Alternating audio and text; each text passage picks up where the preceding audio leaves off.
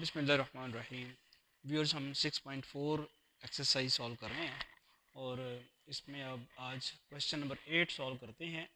If S2, S3, S5 are the sums of 2n, 3n, 5n terms of an AP, show that S5 is equal to 5 into S3 minus S2। Question को understand करना बड़ा important होता है कि question की statement में क्या दिया हुआ है। एक तो अरिथमेटिक सीरीज़ का जिक्र है यहाँ पे, फिर उसके टर्म्स के सम्स का जिक्र है। तो इससे हमें पता चल रहा है कि अरिथमेटिक सीरीज़ के सम का फार्मूला इस्तेमाल होना है। और अरिथमेटिक सीरीज़ के सम के फार्मूले में क्या क्या चीज़ें यूज़ होती हैं, A1 फर्स्ट टर्म और कॉमन डिफरेंस और n number of terms. Answer जो उसने दिया हुआ है, जो आपने साबित करना है, उसमें ना आपको A1 नज़र आता है, ना D नज़र आता है, ना N नज़र आता है। इसका मतलब ये हुआ कि जो SN का फार्मूला होगा उसमें जो फर्स्ट टर्म और कॉमन डिफरेंस होगा वो अल्टीमेटली हमारी सिंप्लीफिकेशन से गायब हो जाएगा। ठीक है, तो चलते हैं इसके सोल्यूशन की तरफ। तो इसमें सबसे पहले चूँकि उसने n टर्म्स का सम का जिक्र किया है, तो आप वो फार्मूला लिखें। वो है SN is equal to N/2 2A1 plus N-1 into D. सबसे पहले आपने ये फार्मूला लिख दिया। ये जो फार्मूला मैंने लिखा है, ये सम कितनी टर्म्स का है? इट इज़ नहीं, it is sum of n terms. समझ आई? ये n टर्म्स का सम है। लेकिन वो बात किसकी कर रहा है? वो 2n टर्म्स के सम की बात कर रहा है। तो 2n टर्म्स के सम का जो आएगा वो कैसे, n के साथ हम क्या करें कि 2n टर्म्स का सम हो जाए? बड़ा आसान तरीका है। n टर्म्स का सम है तो वहाँ n लिखा हुआ है, जहाँ जहाँ n लिखा हुआ है वहाँ वहाँ 2n कर देंगे तो वो 2n टर्म्स का सम हो जाएगा। तो यहाँ हम लिख देते हैं S2n is equal to 2n/2 2A1 plus 2n-1 into D. ये क्या है? Sum of 2n terms. और सम ऑफ 2n टर्म्स उसने दिया किसके बराबर हुआ है? वो सम ऑफ 2n टर्म्स उसने दिया हुआ है S2 के। इसका फिर क्या मतलब हुआ कि ये S2 बन गया किसके बराबर? ये 2 तो काट दें या अब इसी हालत में रहने दें, इसको कैंसिल कर दें।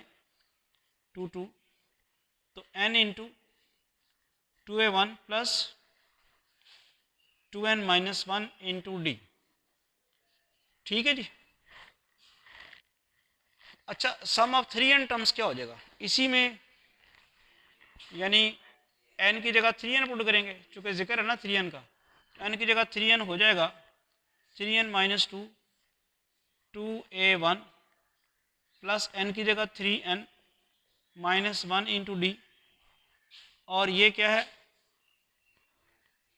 सम ऑफ 3n टर्म्स। लेकिन वो दिया किसके बराबर हुआ? वो S3 के। शाबाश, it is given sum of 3n terms is equal to S3। हम S3 लगा देते हैं। 3n/2 2A1 plus 3n-1 into D. इसे इक्वेशन नंबर 3 कर देते हैं। अब सम ऑफ 5n टर्म्स का क्या हो जाएगा? अब तो पता चल गया। सिमिलरली मैं अब वो स्टेप अब नहीं लिख रहा। S5 किसके बराबर आ जाएगा? 5n/2 2A1 प्लस, शाबाश, 5n-1 इंटू डी। ये इक्वेशन नंबर 4 आ गई। समझ आ गई आपको? जो आपने चीज़ प्रूव करनी है उसमें जिक्र है किसका? 5 टाइम्स S3 माइनस S2। यानी ये चीज़ मालूम करने के लिए आपको S3 माइनस S2 करना पड़ेगा। S3 माइनस S2 से क्या मुराद है? थर्ड में से सेकेंड इक्वेशन को आपको सब्ट्रैक्ट करना होगा। आप ये करते हैं 3 - 2, तो 3 में से 2 को सब्ट्रैक्ट करने का मतलब है कि लेफ्ट हैंड साइड सब्ट्रैक्ट हुई S3 माइनस S2 आ गया, और इधर आपके पास क्या आया, 3 की राइट हैंड साइड जो है वो क्या है, 3n/2 2a1 plus -1 into D, और जो 2 की राइट हैंड साइड है वो क्या है, वो है n into plus 2n minus 1 into D. यही वजह थी यहाँ मैं 2 काट नहीं रहा था, आप इसको लिख लें 2n/2 2n/2। उसकी रीज़न क्या है कि मैंने इसको इसके साथ सब्ट्रैक्ट करना है, तो वो एलसीएम आ जाएगा। नहीं भी लिखेंगे तो कोई इशू नहीं है, हम एलसीएम ले लेते हैं। इक्वेशन नंबर 2 लिख लें। इक्वेशन 2 क्या है, n into 2a1 plus 2n minus 1 into D. अब ज़रा सिंप्लीफिकेशन करनी है, तो सिंप्लीफाई कैसे हो सकता है, इन दोनों का एलसीएम क्या आ जाता है 2, तो यहाँ क्या रहेगा 3n into a1 plus 3n minus 1 into D, ये तो वैसे रहा ना, ये बन गया -2n into 2a1 plus 2n minus 1 into D. मैं जो चीज़ प्रूव करनी थी वो चीज़ बनाने की कोशिश कर रहा हूँ जी। अब फिर क्या होगा, S3 माइनस S2 किसके इक्वल आ गया, आप इन दोनों में से n तो कॉमन ले सकते हैं ना, n आप कॉमन ले लें, n दोनों में बाहर चला गया, 3 को इससे मल्टीप्लाई कराएंगे क्या आएगा 6a1, 3 इससे भी तो मल्टीप्लाई होगा ना, plus 3 into 3n minus 1 into D. फिर n बाहर चला गया हुआ है, और -2 ने मल्टीप्लाई होना है इसके साथ, -4a1 -2 ने इसके साथ मल्टीप्लाई होना है, -2 into 2n minus 1 into D divided by जी।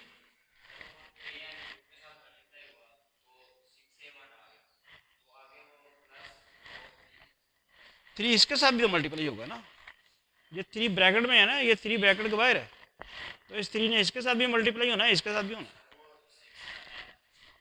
6 नहीं ना आएगा पूरा ही, 3n माइनस 1 इंटू डी अपनी जगह ही है, ये 3 बाहर अभी मल्टीप्लाई होना है। इसी तरह यहाँ भी देखें कि मैं n तो बाहर ले गया हूँ, तो ये -2 इसके साथ मल्टीप्लाई हुआ -4a1, और -2 इसके साथ मल्टीप्लाई भी होना है, अभी लिख दिया। नेक्स्ट डिवाइडेड बाई क्या है 2 जी। अब क्या आ गया n इंटू ये 6a1 -4a1 क्या हो जाएगा 2a1, और ये जो मल्टीप्लाई आप कह रहे थे मैं कर देता हूँ, 9n डी -3d, 3 इंटू 3 9 आएगा, 9n और d, फिर -3d भी आ जाएगा क्योंकि d से मल्टीप्लाई होगा। यहाँ पे क्या रहेगा -4nd, और ये प्लस 2d डिवाइडेड बाई 2 जी। फर्दर सिंप्लीफिकेशन करते हैं जी। n into 2a1 plus 5n d minus d over 2। तो मैं इसको यूं ना लिख लूँ n/2 2a1, यहाँ से मेरा d कॉमन निकलता है, 5n माइनस 1 इंटू डी। ये 5n माइनस 1 इंटू डी ज़रा देखें किसके इक्वल था, इक्वेशन नंबर 4 देखें ज़रा गौर से, क्या चीज़ मिसिंग है, 5 नहीं है, तो वो मिसिंग टर्म को हम मिसिंग नंबर को मल्टीप्लाई करा देते हैं। ये आया हुआ था S3 माइनस S2, इसको 5 से मल्टीप्लाई कराएं, वो बन जाएगा 5 इंटू S3 माइनस S2, इधर भी मल्टीप्लाई कराएं, 5n/2 2a1 plus 5n minus 1 into D. ये S5 के बराबर है इक्वेशन नंबर 4 में S5 है, 5n/2, 2a1 + 5n - 1 × d। तो मैं इसकी जगह S5 लिख देता हूँ। S3 - S2 = S5। यहाँ ब्रैकेट में लिख दें यूजिंग इक्वेशन नंबर 4। तो हमने प्रूव कर लिया। और S5 = 5 × S3 - S2। कोई क्वेश्चन? समझ आ गया? चलो, थैंक यू।